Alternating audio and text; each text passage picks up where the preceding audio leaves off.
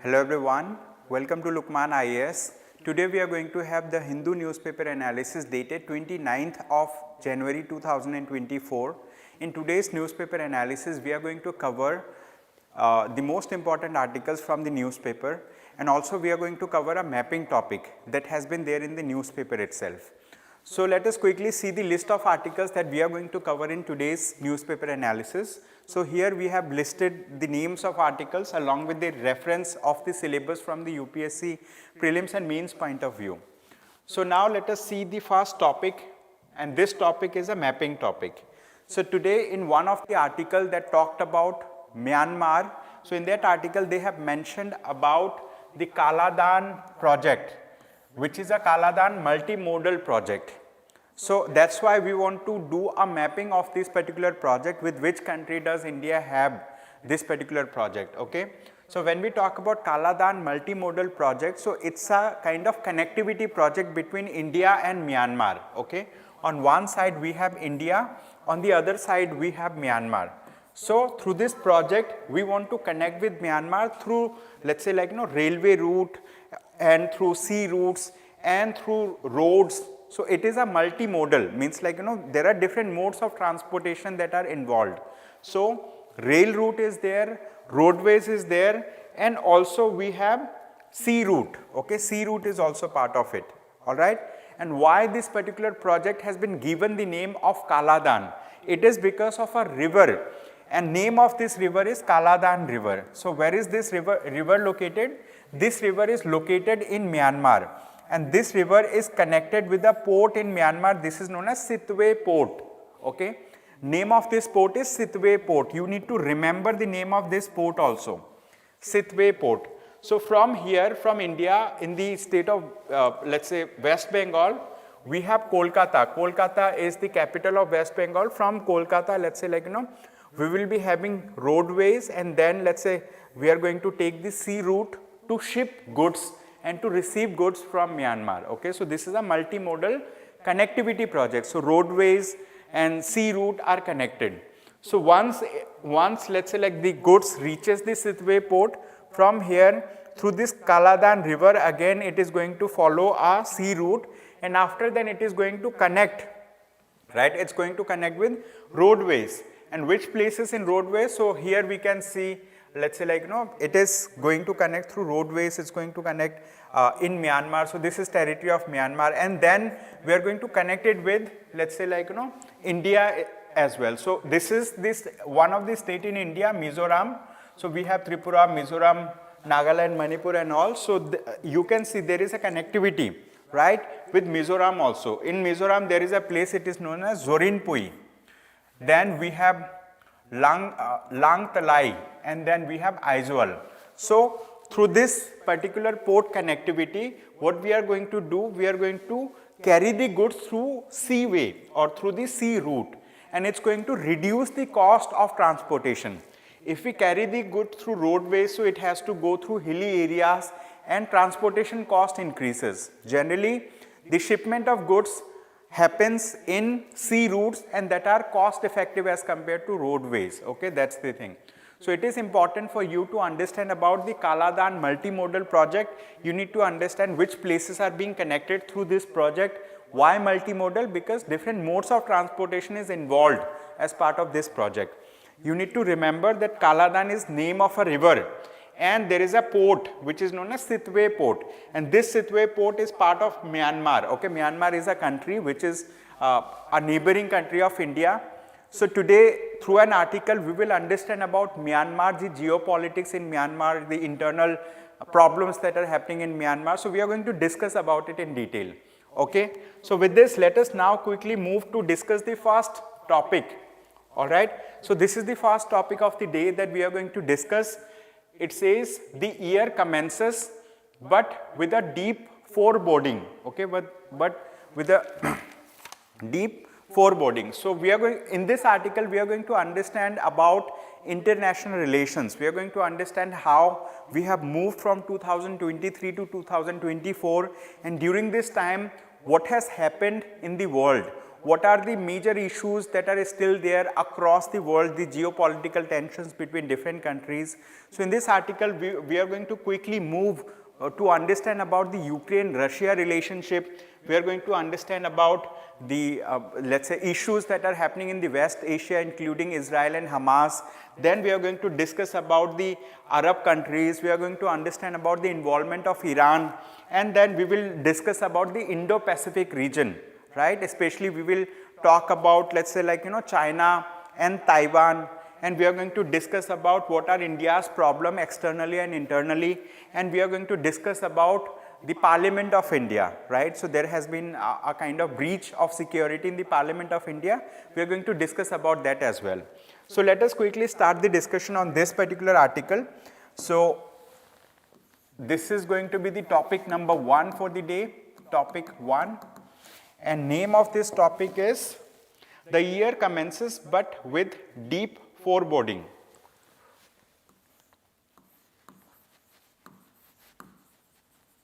The year commences but with deep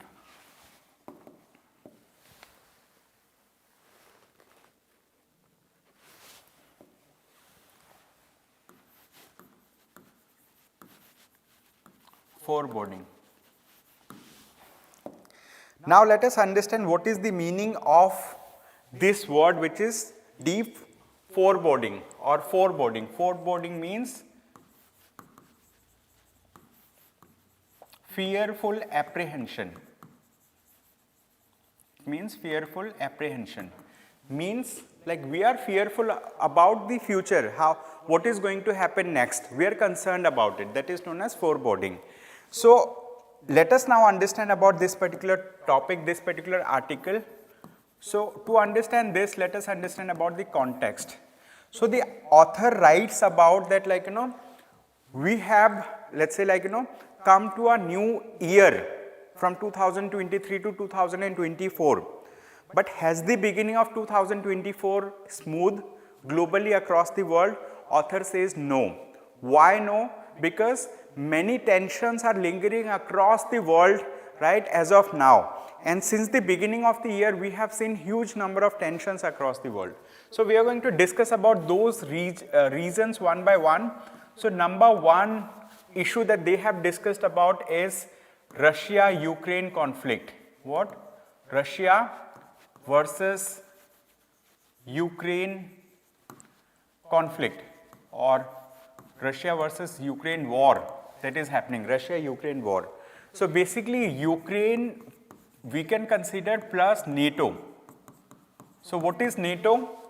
NATO stands for North Atlantic Treaty Organization.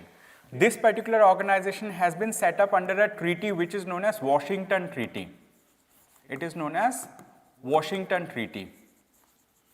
And under this treaty there is an article which is known as Article 5. This Article 5 talks about collective security. Okay, it talks about collective security. And this North Atlantic Treaty Organization has 31 member countries as of now. Alright, it has 31 members. Now what is this Article 5? Article 5 says that an attack on any one of us will be considered an attack on all of us, and all of us are going to take retaliatory measures together. Alright. And this Article 5 was for the first time, let's say, used or invoked by the United States of America after the attack on World Trade Towers. In 2001, there was an attack on World Trade Tower, right, by Osama bin Laden, and after then they have, let's say, invaded on Afghanistan. So we know that story. Here, why we are writing Ukraine plus NATO? Because Ukraine has applied for membership of North Atlantic Treaty Organization. However, so far Ukraine has not been added as a member of North Atlantic Treaty Organization. But the thing is, many countries, many NATO countries are supporting Ukraine. How they are supporting? They are supporting in multiple ways.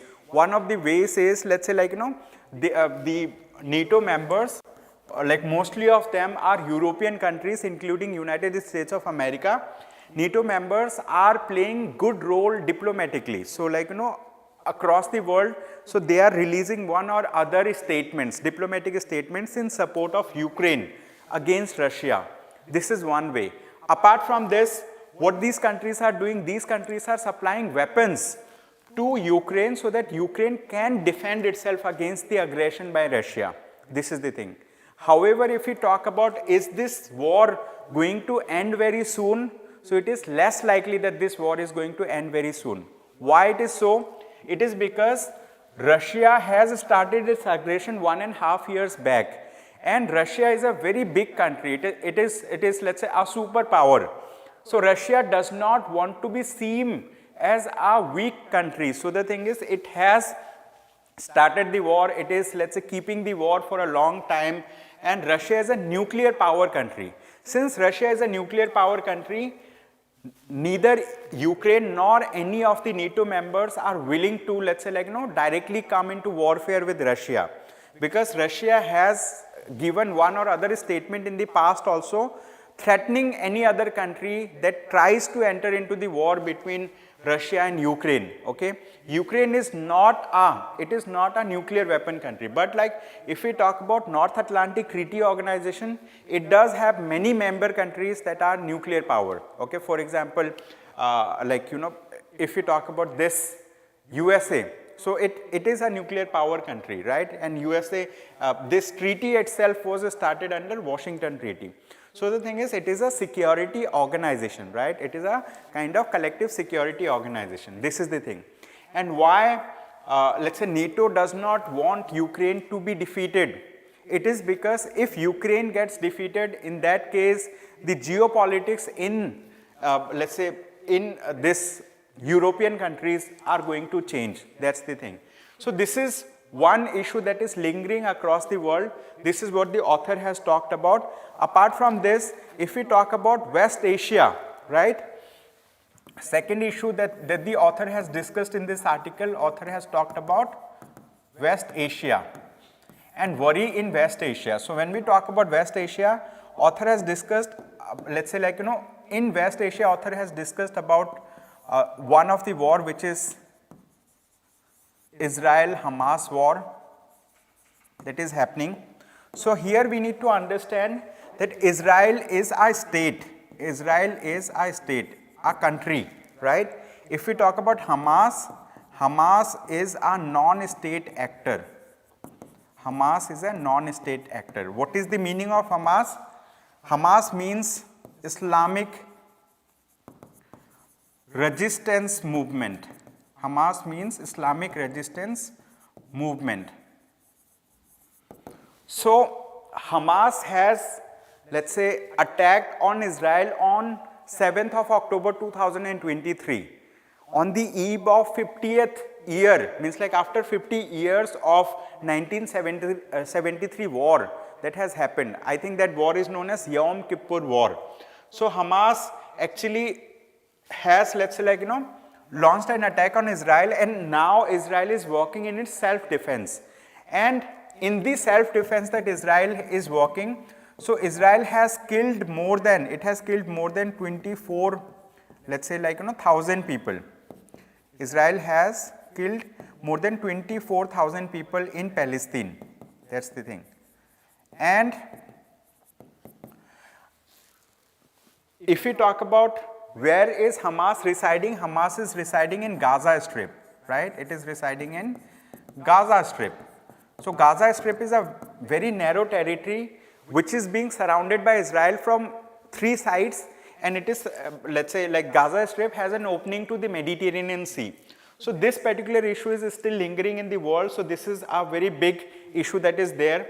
And if we talk about the Israel-Hamas war that is happening, so Hamas is being supported by many countries, including Iran.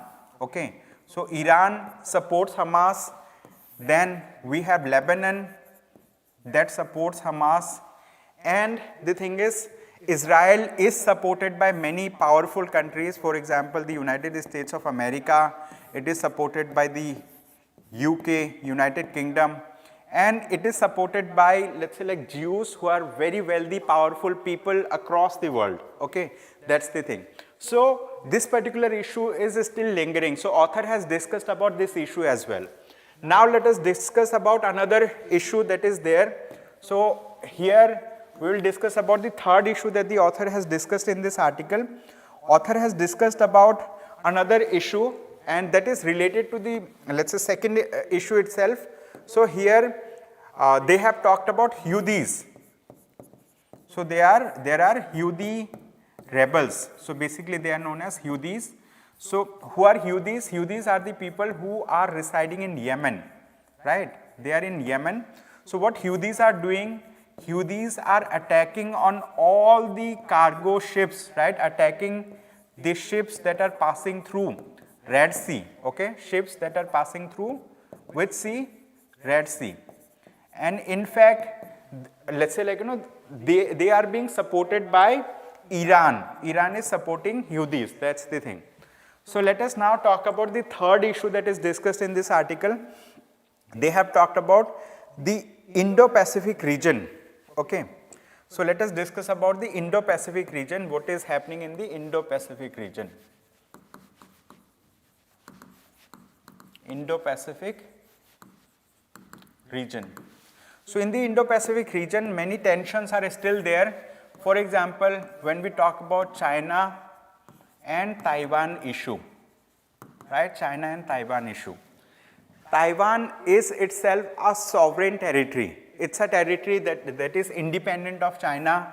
So Taiwan is a sovereign and independent territory, okay? It is a sovereign and independent territory. But China asserts that Taiwan belongs to it. China says that Taiwan is an integral part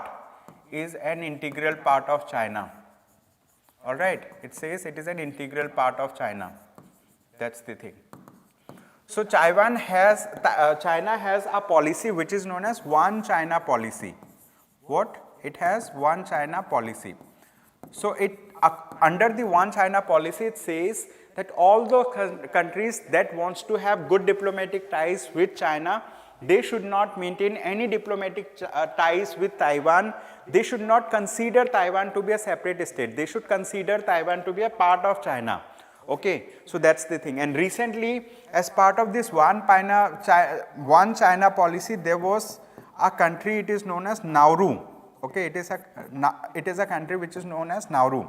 So what it has done, it has severed its diplomatic ties with Taiwan and it has established diplomatic connection with China. This is the thing. Apart from this, in Taiwan, let's say in Taiwan, elections are happening, okay? Elections are happening. So during the election, those people who, let's say the political leaders, right, they have an anti-China stand. What? They have an anti-China stand. So they are not favoring China. They want to make themselves strong so that they can resist any kind of aggression from China. This is the thing. And this is not being taken lightly by China. This is the thing. So this is, let's say, like in the Indo-Pacific region, this is another problem that is happening, which is mentioned in this particular article. Apart from this, in this article, they have discussed another important issue, right? They have discussed another important issue that we are going to discuss, which is, let's say, point number 4. And this issue is India's problems, external and internal. What? India's problems, external and internal. So what problems India is facing externally and internally? To understand this, we need to discuss about India-China relation, the, let's say, like, the kind of border disputes that India has with China. So to understand about India-China, like India's problems, external problems, so let us discuss about the external problems that India has. Okay, external problems. So what are external problems? Number 1, A, which is India-China border dispute. All right. So India and China does have border dispute in many areas. So when we talk about eastern sector of China, so in the eastern sector of China, China says that Arunachal Pradesh belongs to them. However, we all know that Arunachal Pradesh is an integral part of India. It's a state in India, right? So that's a, let's say, issue where China is trying to aggress upon, China is trying to enter into the borders in India. That's the thing. Apart from this, in the western sector also there are Aksai Chin region. There are many regions where we have dispute with China. And recently, one of the Ministry of Natural Resources in China has released a map of China where they have claimed some Indian territories as their own. Apart from this, they have claimed the entire South China Sea to be their own. But the thing is, South China Sea entirely does not belong to them, right? So there was a ruling of the Permanent Court of Arbitration way back in 2016 that talked about that South China Sea belongs to all those countries that share border with South China Sea. That includes Philippines, that includes Taiwan, that includes other countries as well. However, China has not accepted that particular ruling of the Permanent Court of Arbitration. So this is the thing. So India-China border dispute is there. However, this India-China border dispute is not escalating much. Why?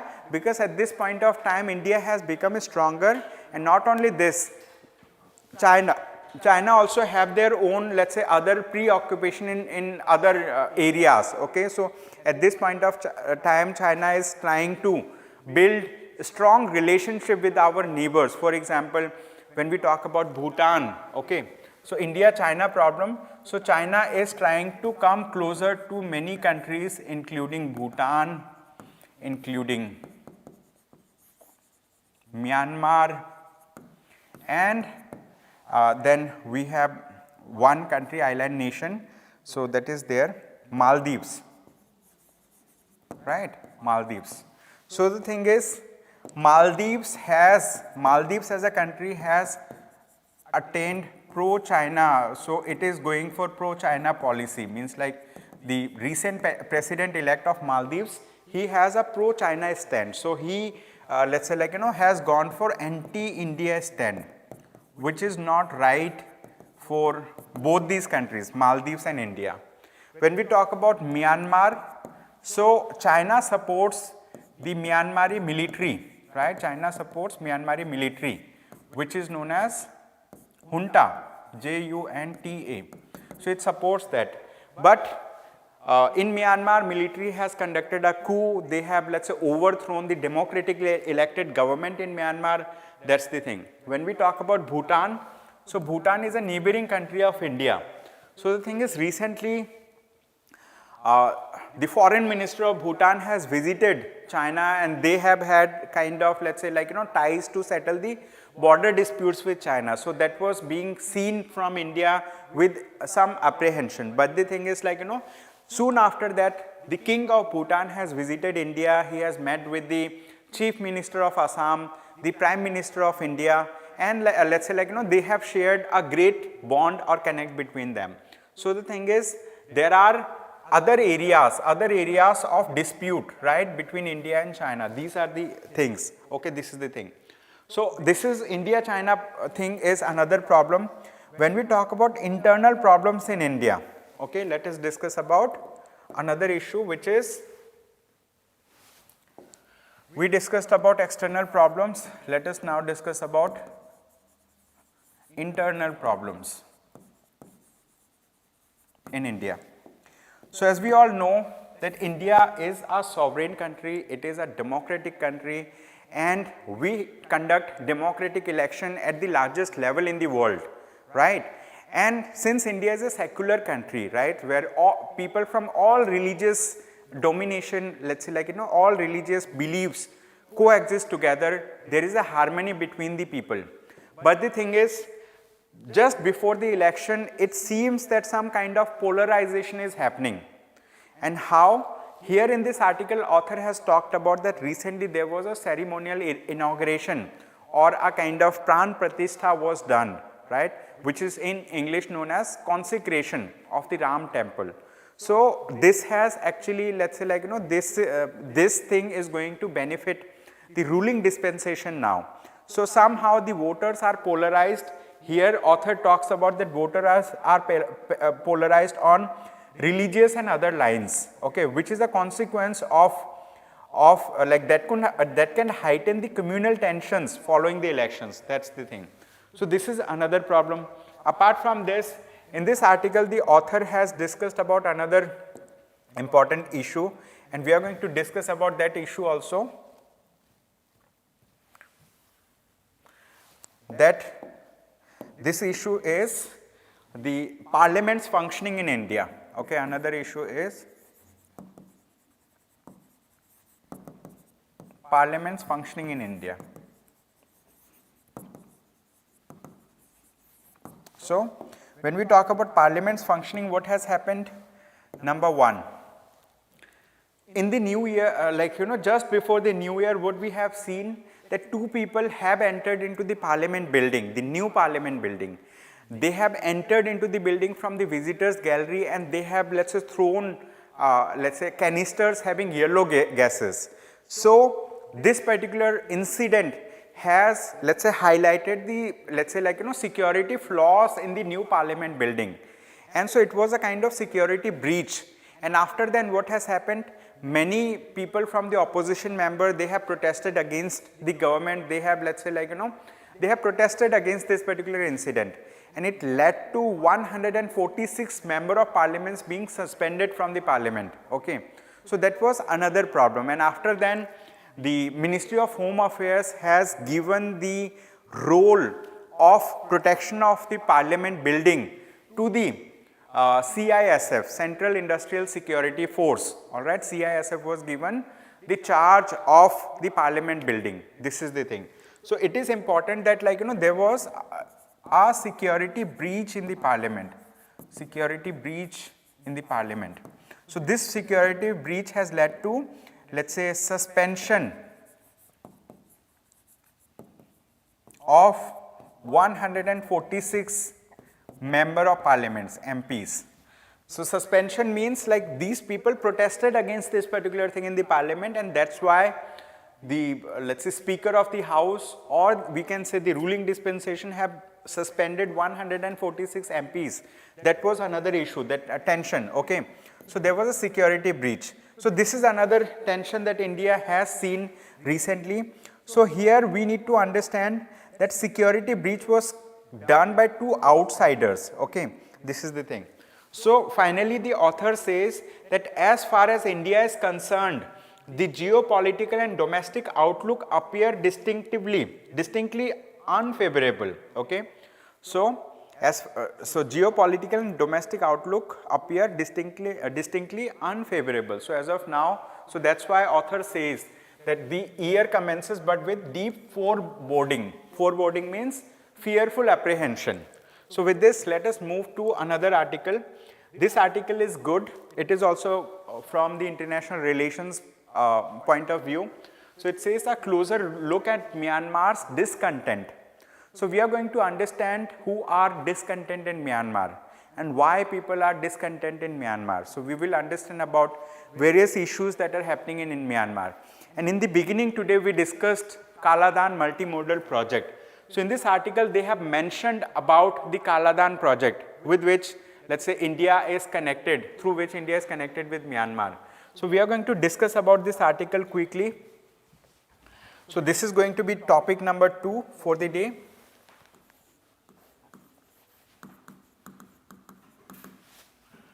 What is the name of the topic? It says a closer look at Myanmar's discontent.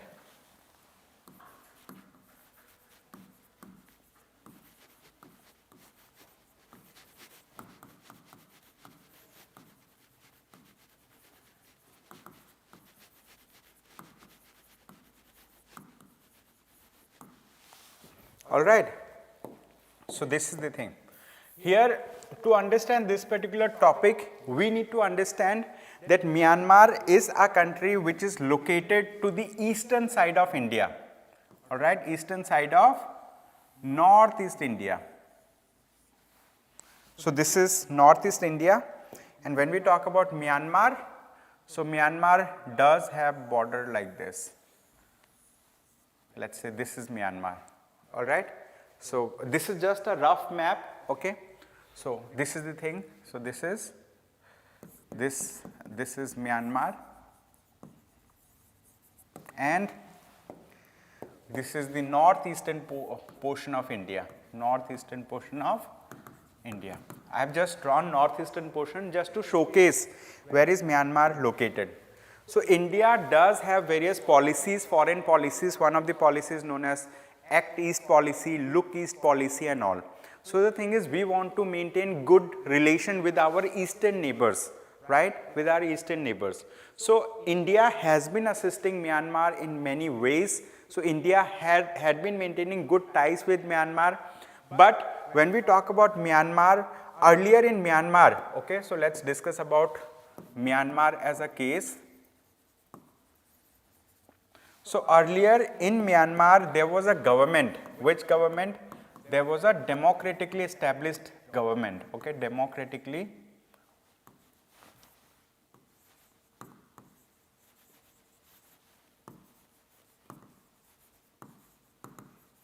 established government in Myanmar, and this government was led by a leader, a lady, Aung San Suu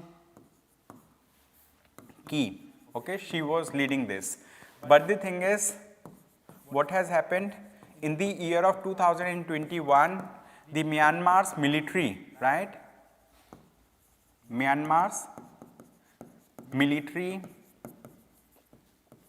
has conducted a coup. This is known as coup. What is coup?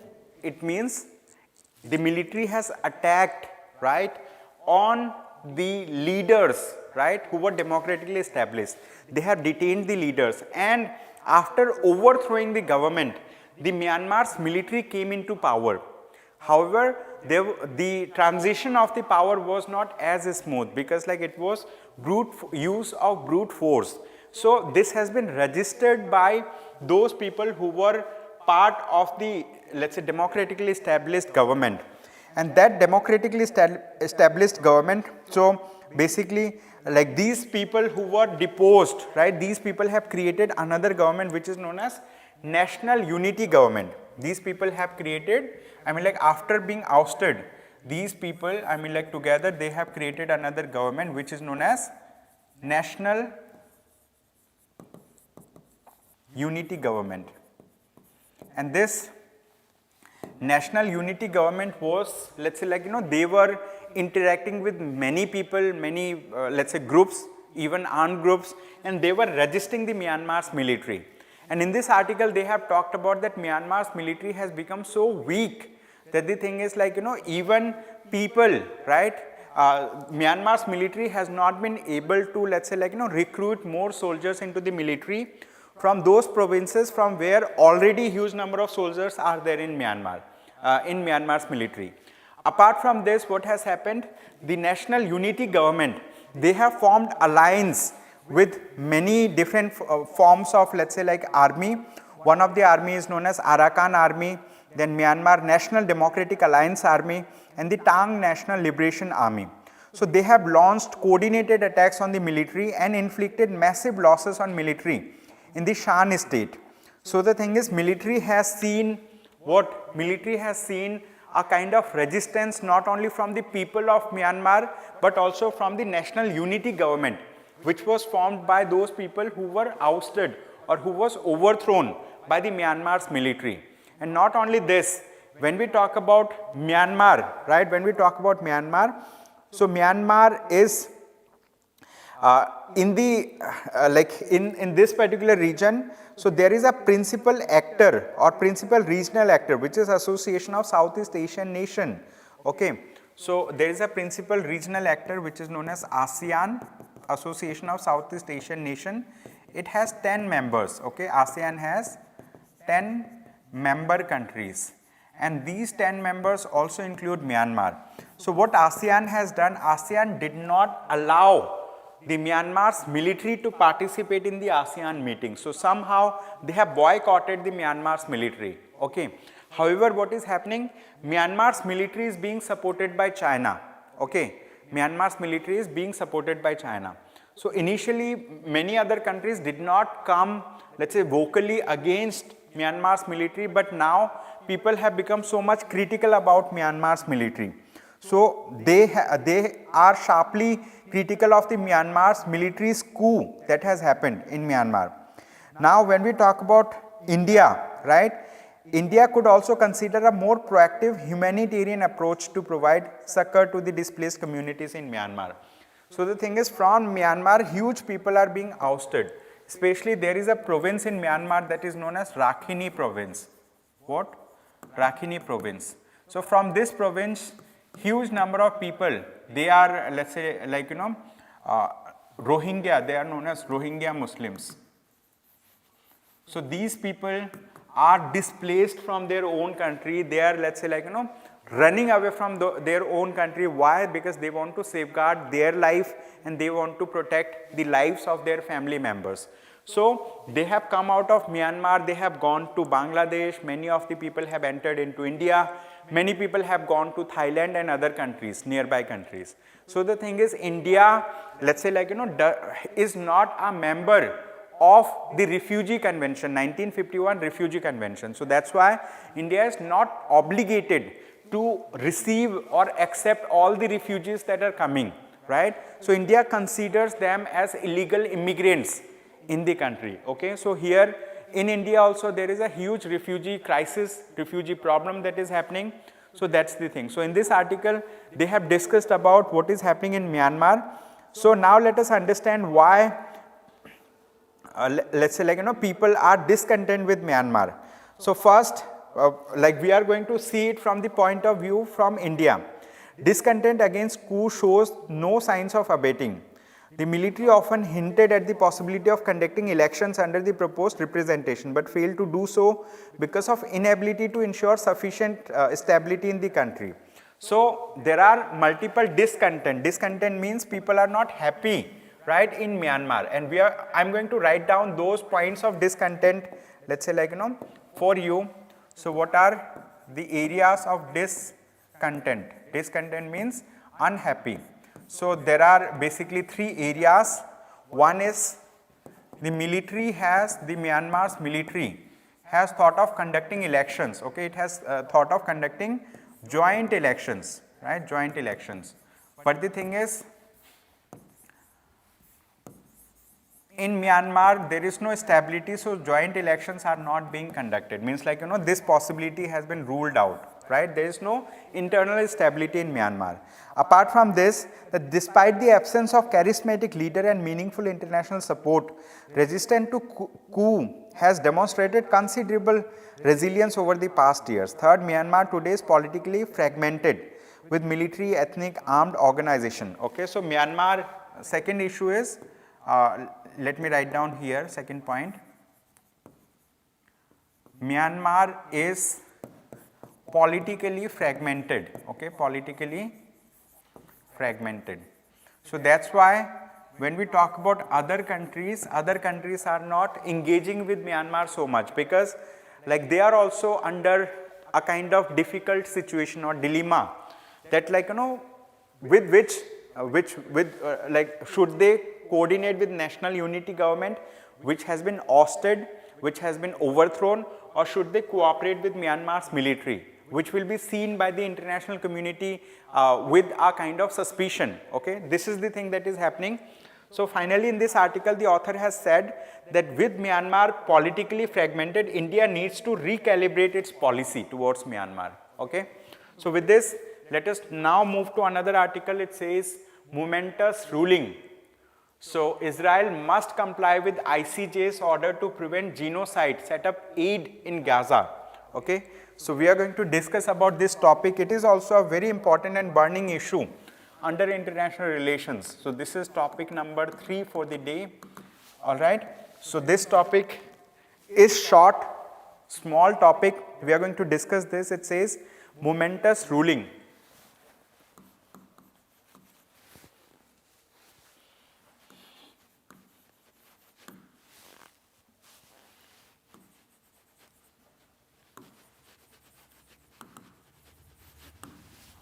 Momentous ruling. So to understand this, this issue, we need to understand the issue of Israel, okay. So the thing is, let me quickly draw a rough map of Israel, okay. This is a rough map of Israel. So here, this is known as Gaza Strip.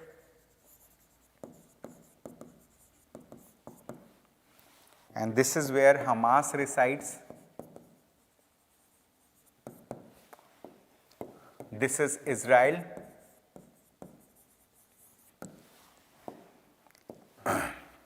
Here we have Egypt, right? Here we have, let's say, Jordan. Lebanon.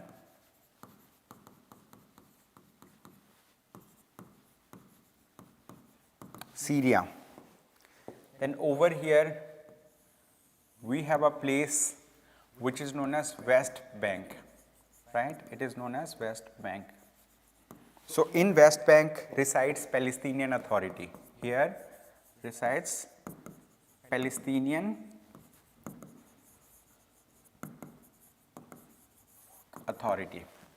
So the places that are highlighted under yellow color, these are the places, the West Bank and Gaza Strip, these are the places where Palestinian people reside, okay, where Palestinian people reside. So as we all know, on 7th of October from Gaza Strip, Hamas group has launched an attack on Israel, and in retaliation Israel is attacking on Hamas, and it has killed huge number of people in the Gaza Strip. And the people who are killed, they include huge number of children. Around 50% of the killed people include children and women, all right, and other people are also been killed. So the thing is, it is being suspected that Israel is involved in mass killing of people. Mass killing of people is known as genocide, okay. So when huge number of people are being killed in mass, in huge number of people are being killed, it is known as genocide, okay. So the thing is, against this particular genocide that is happening in Israel, what has happened? There is a country, its name is South Africa. So South Africa has approached, right, it has approached a court which is known as the International Court of Justice. This court is known as International Court of Justice. This International Court of Justice has been established under the United Nations Charter or UN Charter. Means this International Court of Justice is the world court. It is known as world court because this particular court, right, this particular court is a court of the United Nations organization. It is a court of the United Nations organization. So why South Africa has approached the International Court of Justice? It has approached the International Court of Justice against, right, it has reached International Court of Justice to, let's say, like, file a case against genocide that is happening in Israel, okay, like that is being done by Israel, that is happening in Gaza Strip. So here we need to understand that this particular genocide that is happening. So South Africa has reached over here. So the thing is, South Africa says that Israel is in violation of the Genocide Convention, okay. Israel is in violation of Genocide Convention. So the thing is, internationally, under international law, genocide is considered to be one of the most heinous crime, and genocide is prohibited in all its form across the world. So the thing is, South Africa says that Israel has violated the Genocide Convention, and that's why Israel should be asked to go for a ceasefire. So the International Court of Justice has admitted that particular case. It has heard both the sides, the South Africa and also Israel, and then as an interim order means like, if International Court of Justice goes on to do investigation, if it, let's say, asks for investigation, it's going to take another 4 to 5 years to, let's say, get the results of the investigation and then give the final ruling. So meanwhile the International Court of Justice has said, right, meanwhile the ICJ, International Court of Justice, has ordered, right, so this is known as interim measure, okay, this order is known as interim measure. This interim measure means this is interim order. So like it is a kind of court's ruling that Israel should take all possible measures to make it sure that genocide is stopped, okay. And International Court of Justice has given 1 month of time, okay, it has given 1 month of time to Israel, to share with ICJ about the progress, right, about the progress that it has made, right, in curbing, right, progress that is made in curbing what? Genocide, that in curbing genocide in Gaza Strip. This is the thing, okay. So I hope you have understood the case. In this case, they have talked about the role of ICJ, and here if you talk about South Africa, it has taken an extraordinary responsibility of making Israel accountable for its violation of humanitarian law, okay. So the step that South Africa has taken, it is known as, it can be called as extraordinary step, right, extraordinary step in holding Israel accountable for the humanitarian violation that it has done, right. So with this, let us now understand about another issue. This topic is related to Indian economy. It says Aadhaar based pay, bad idea for MG Nareks, okay. So we will understand about this topic. Through this article, we will understand about the government scheme which is known as Mahatma Gandhi National Rural Employment Guarantee Act. We will understand about Aadhaar based payment system. We will understand how the payment happens. We will understand some flaws in the Aadhaar based payment system and all. So name of this topic, it is topic number I think 4 for the day. Name of this topic, Aadhaar based pay, a bad idea for MG Nareks.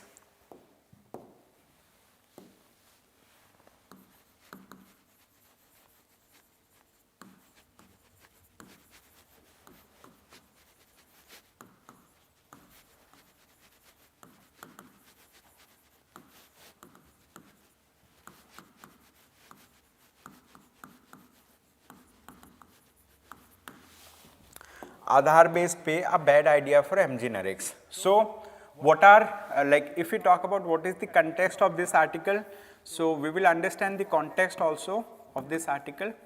So context is recently EPW, Economics and Political Weekly, has published a research paper, and in that research paper they have talked about the flaw in one of the government order related to the MG Nareks. So here the topic that we are going to discuss is number 1, we are going to discuss about this MG Nareks. So what is this? It stands for Mahatma Gandhi National Rural Employment Guarantee Act. So under this, the government of India, right, provides 100 days of guaranteed, right, 100 days of guaranteed, let's say, employment to rural workers, okay, to rural unskilled workers, okay. So where these people are employed, people are employed in making various important, let's say, like infrastructures. For example, people are employed for making social infrastructure.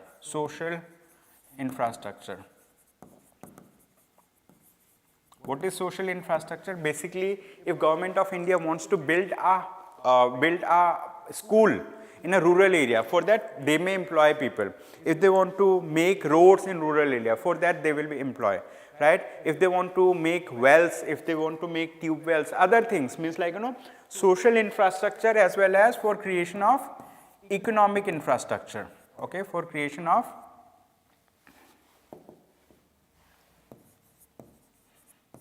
economic infrastructure.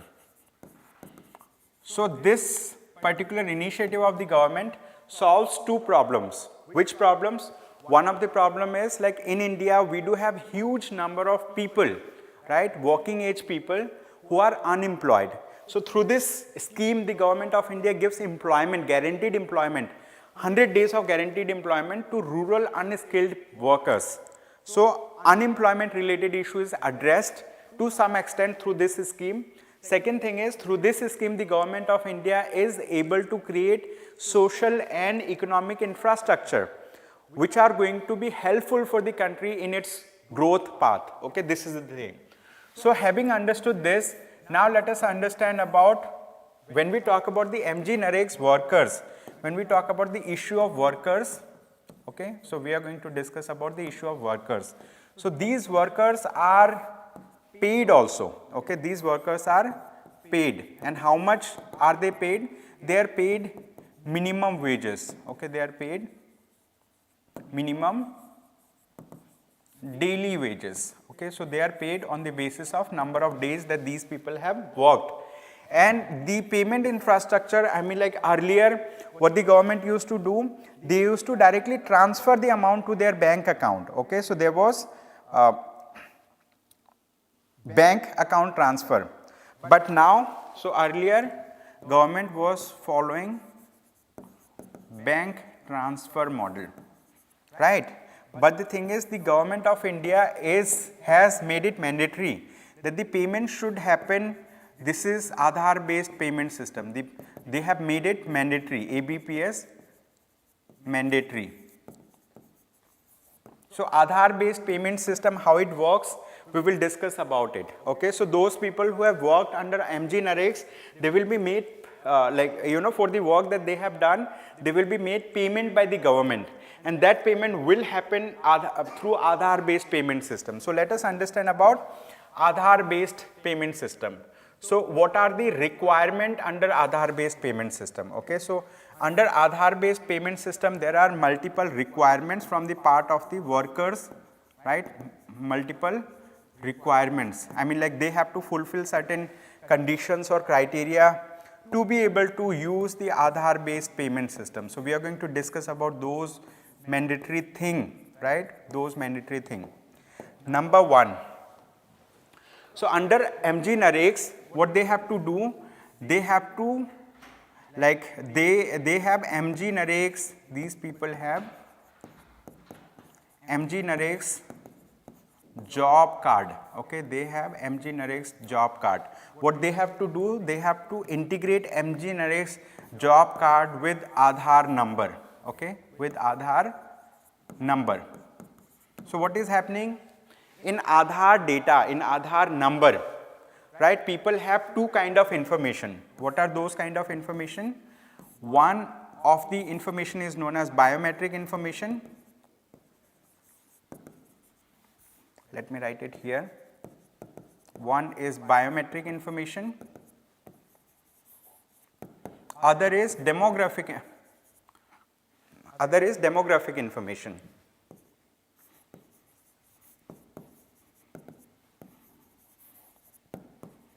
Right? Other is demographic information. Biometric means their iris scan, their fingerprint.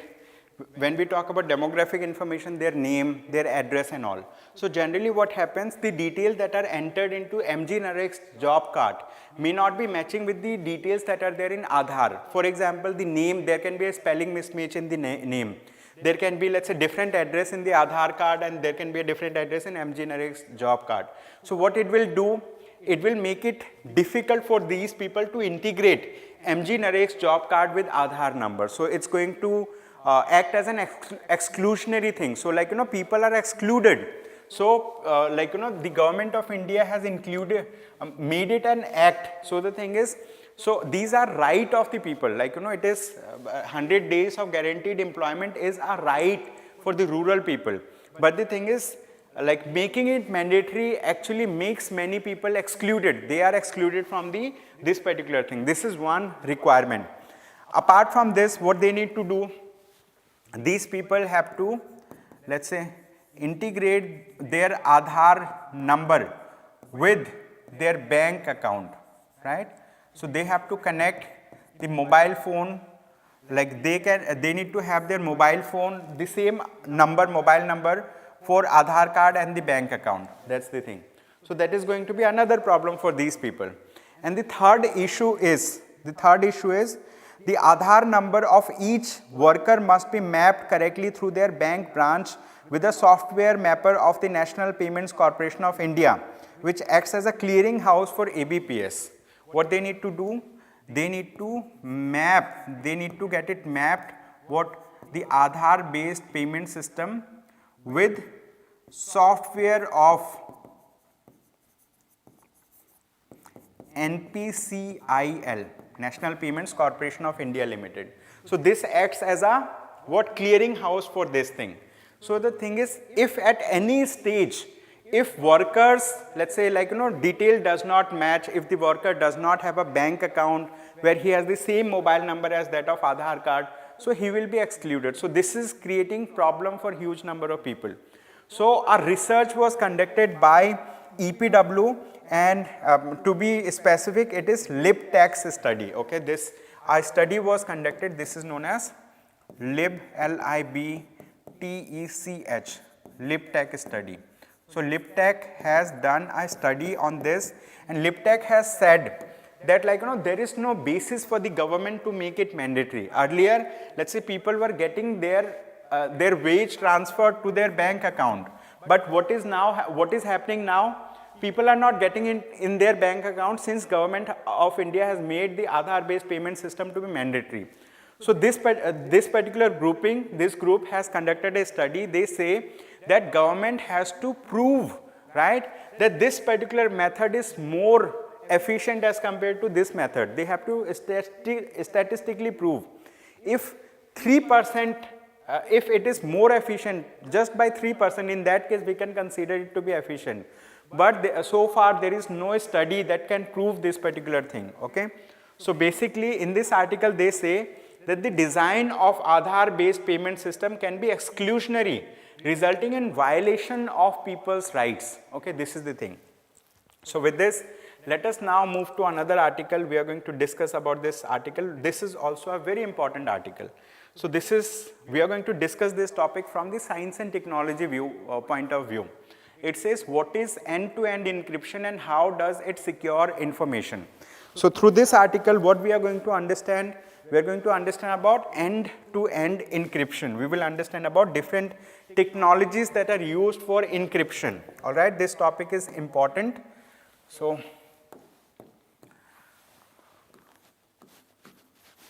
let's say this is topic number 5. All right.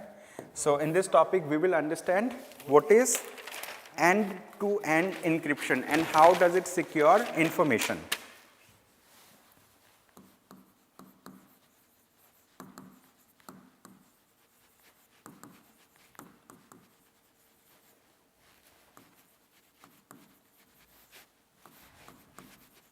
What is end-to-end encryption and how does it secure information, and how does it secure information? So we will try to, let's say, understand an answer to this question. To understand about this question, so basically we are over here, we are learning about what? Encryption technologies. Okay, we are learning about encryption technologies. So when we talk about encryption technologies, basically we will learn about 2 types of encryption technology. All right, in this article, 2 types of encryption technology. One of the technology is known as symmetric encryption, and the other is known as asymmetric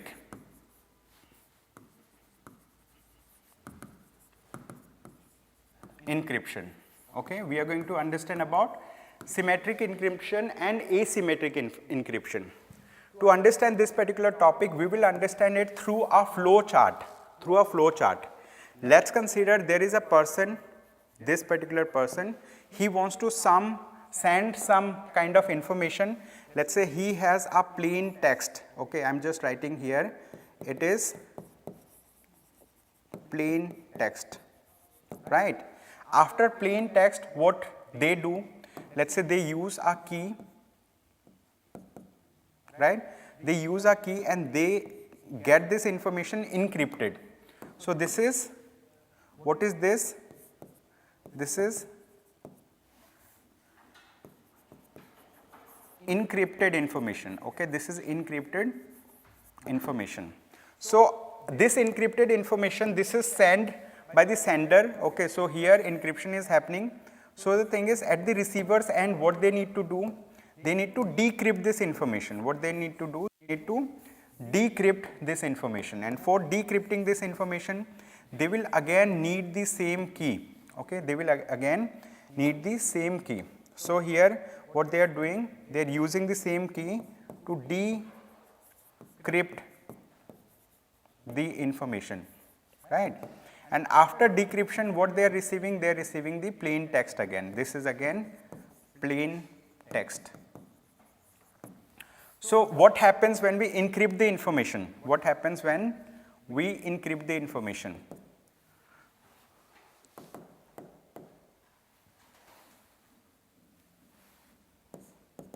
So when we encrypt the information, we use a key.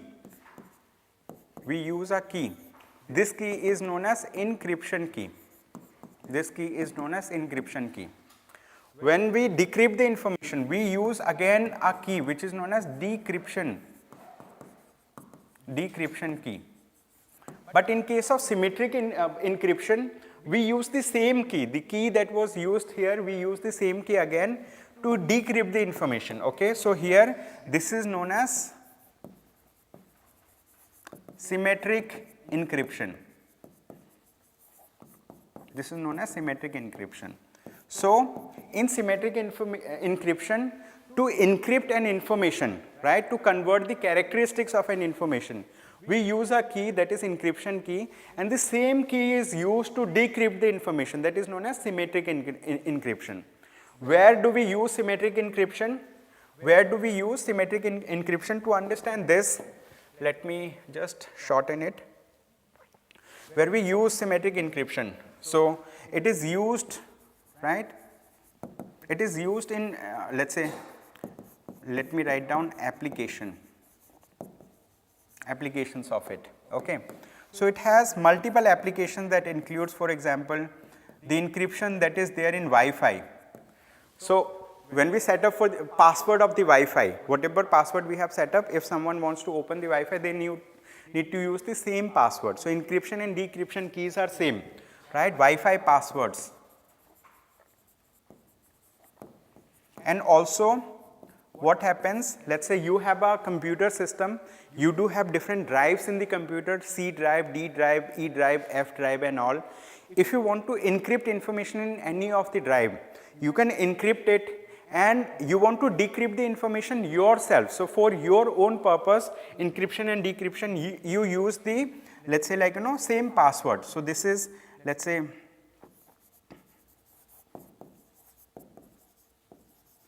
for encryption of the computer drives, okay, computer drives. This is the thing. So this is symmetric encryption. Now let us understand about asymmetric encryption. So what happens in asymmetric encryption? I'll be little quick, I'll just write here itself.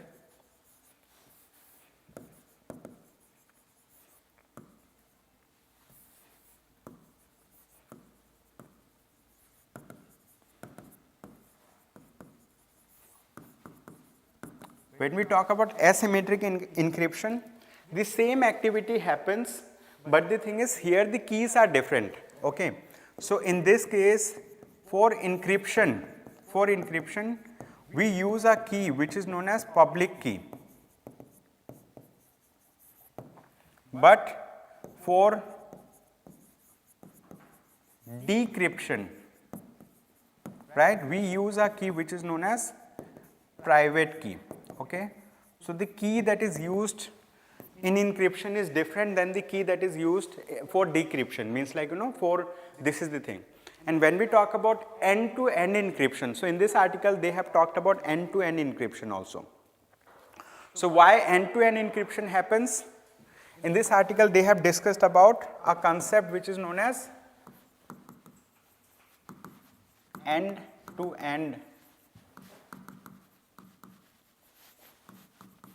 encryption.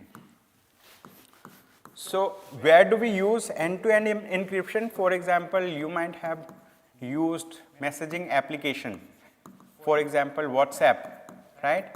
In WhatsApp, what happens? You are sending a message to your friend, you write the message, it gets encrypted. So, during its pathway, okay, the message remains encrypted till it goes to your friend. Once your friend sees it, that is decrypted at the user end. So, from your end it is encrypted, from his end also it is encrypted. You send the message, you receive the message. Your friend sends message, he receives the message. So, the thing is, only both of you know what is being exchanged. Neither the company, the WhatsApp company, nor its parent company has any access to what message you have sent. Okay? So, that is known as end-to-end encryption. So, the thing is, in end-to-end encryption, there are two stages. Okay? Two important forms of encryption are there. One of the thing is encryption in transit, and the thing is second is known as end-to-end encryption. Okay? So, we are going to discuss about two important things. One is encryption in transit. Encryption in transit. Second, we are going to discuss about end-to-end encryption. Okay, E2E means end-to-end encryption. So, the message that is going from your end to your friend, okay, the message that you are writing to your friend, so that message is encrypted, right? That message is encrypted in its way, okay? That message is secured in its way. If anyone come across this message, he will not be able to understand what is the original text over here. That's the thing, okay? So, this is known as end-to-end encryption, like in-transit encryption. So, encryption in transit means before your messages relayed from the server to you or vice versa, it is encrypted. This scheme is used to prevent an actor from being able to read contents of the message by encrypting the relay. When we talk about end-to-end encryption over here, what is happening? The message is encrypted both in transit and at rest, means like when the message is, so like encryption in transit, so here message is encrypted in transit, right, and also at rest. So, when message is there in their server, then also it is encrypted. So, the thing is that message cannot be read by anyone.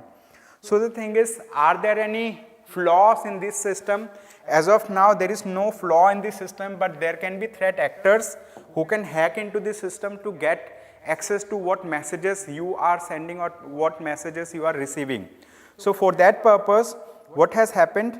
There have been some kind of cyber threats, cyber attacks that has happened. Okay, that is known as this is known as let's say, like, man in the middle attack. Okay, so there is an can it be cracked? Let us understand. Can it be cracked? Can it be cracked means can end-to-end encryption can be cracked. So, there have been few examples. One of the example is known as man in the middle.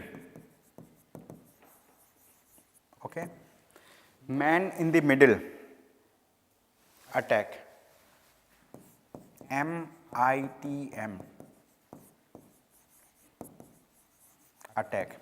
So, the thing is, when we know when the message is in transit from your part to somewhere, so maybe at the server someone has hacked, maybe someone has got access to your device, means like someone has hacked your device itself, someone has hacked the receiver's device.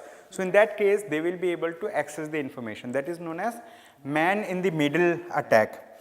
Apart from this, there are many let's say, like, there are companies who have let's say, like, used end-to-end encryption, that is known as let's say, like, elliptic curve cryptography.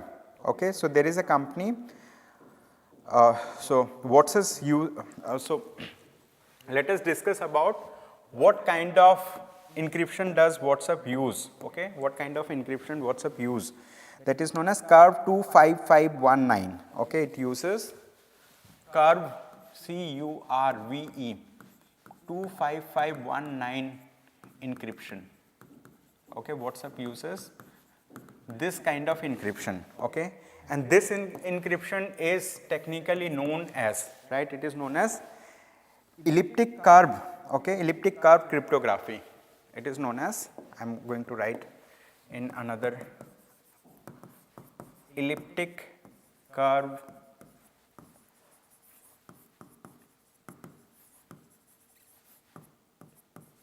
cryptography. In short, it is known as ECC. WhatsApp uses this kind of cryptography to protect information. All right. So this is the thing. So with this, let us quickly move to another article. This article says, what are RBI's guidelines on state guarantees? Okay. So this is a topic which is related to a recent guideline by the Reserve Bank of India. So Reserve Bank of India has released these guidelines for the state governments, right? So the thing is, under these guidelines, what Reserve Bank of India said, Reserve Bank of India said that when state government is giving guarantee to some of the projects, so investors who are investing in those projects are protected, right, during good time and during bad time also. But during good time, there is no any liability on the part of the state. But during bad time, what happens? If, let's say, like, the repair defaults, in that case, the state government will have to make the payment, and then the the fiscal prudence of the state government will come into question. Means, like, the state government will not be able to, let's say, justify this particular thing properly. So here they have said that on 16th of January, a working group constituted by the Reserve Bank of India made certain recommendations to address issues relating to guarantees extended by the state government. Okay, so state government may extend guarantees for implementation of certain projects. Guarantees are given to the investors, right? If those projects do not function well, so the investors are protected, right? That is the thing. So recently RBI has released it. A guarantee is a legal obligation for a state to make payments or protect an investor or lender from the risk of default by a borrower. The RBI's working group report notes that while guarantees are innocuous in good times, it may lead to significant fiscal risks and burden the state at the bad times. Okay, so in your free time, you read this article, you will understand little more on this article. Now let us move to another topic. So this topic is related to science and technology. I am not going to write much on this article. It says INSAT 3DS satellite, right, sent to launch port in Sriharikota. So Sriharikota is a place from where we launch satellites, right? So this is a place from where we launch satellites. So Indian Space Research Organization has sent this let's say to Sriharikota, where we have Satish Dhawan Space Center. And so this satellite is an exclusive meteorological satellite with the primary objective to provide continuity of services to existing in orbit INSAT 3D and 3DR satellites and significant enhancing capacity of INSAT system. Okay, so this satellite is going to be launched on board GSLV F-14 next month. Okay, so geosynchronous satellite launch vehicle. Through this vehicle, they are going to launch this satellite next month.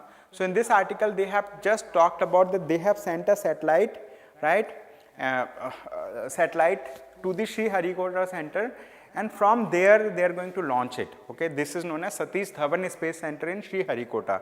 Sriharikota is an island. It is located in the, let's say, eastern coast of India, basically. Okay, this is the thing. So through this satellite is going to be launched later, and this satellite comes under, right, under the Ministry of Earth Sciences. Okay, so it has configured around the ISRO, well proven. So this is the thing. So in your free time, read this article. Much is not given as of now, but they have talked about this INSAT 3DS, a meteorological satellite realized by ISRO, meteorological. So through this, they are going to do meteorological study. Okay, means like weather related study they are going to do. They will launch this satellite using geosynchronous satellite launch vehicle. Okay, this is the thing. Now we do have some PT specific topics, short topics, Will hardly take 2-3 minutes to cover these topics. It says China, Thailand citizens may visit each other's countries without visa. So recently, let's say China and Thailand has, let's say like, signed an agreement where China has allowed people from Thailand to come to China without visa and I mean like, Thailand has also allowed China to do it. Okay, China and Thailand signed off visa waiver agreement. Okay, so they have signed this thing. Now, let us understand about another topic. It says Iran launches 3 satellites into orbit with different purposes. Okay, Iran has launched 3 satellites into orbits and they have different purposes. Okay, so like it has 3. So name of these satellites are also mentioned. One of the satellite is known as Mahada. It is designed to test advanced satellite subsystems. The other is known as this Kaihan-2 and the third is known as Hatefare. They will test space-based positioning technology and narrow-band communication. Okay, so Iran has launched these satellites. So if you come across these names in the prelims exam, Mahada, Kaihan-2, Hatefare, so these are names of satellites. Okay, you need to remember this fact. So this is for the prelims exam, the facts that are in news. Okay, so that will be all from my side for the day.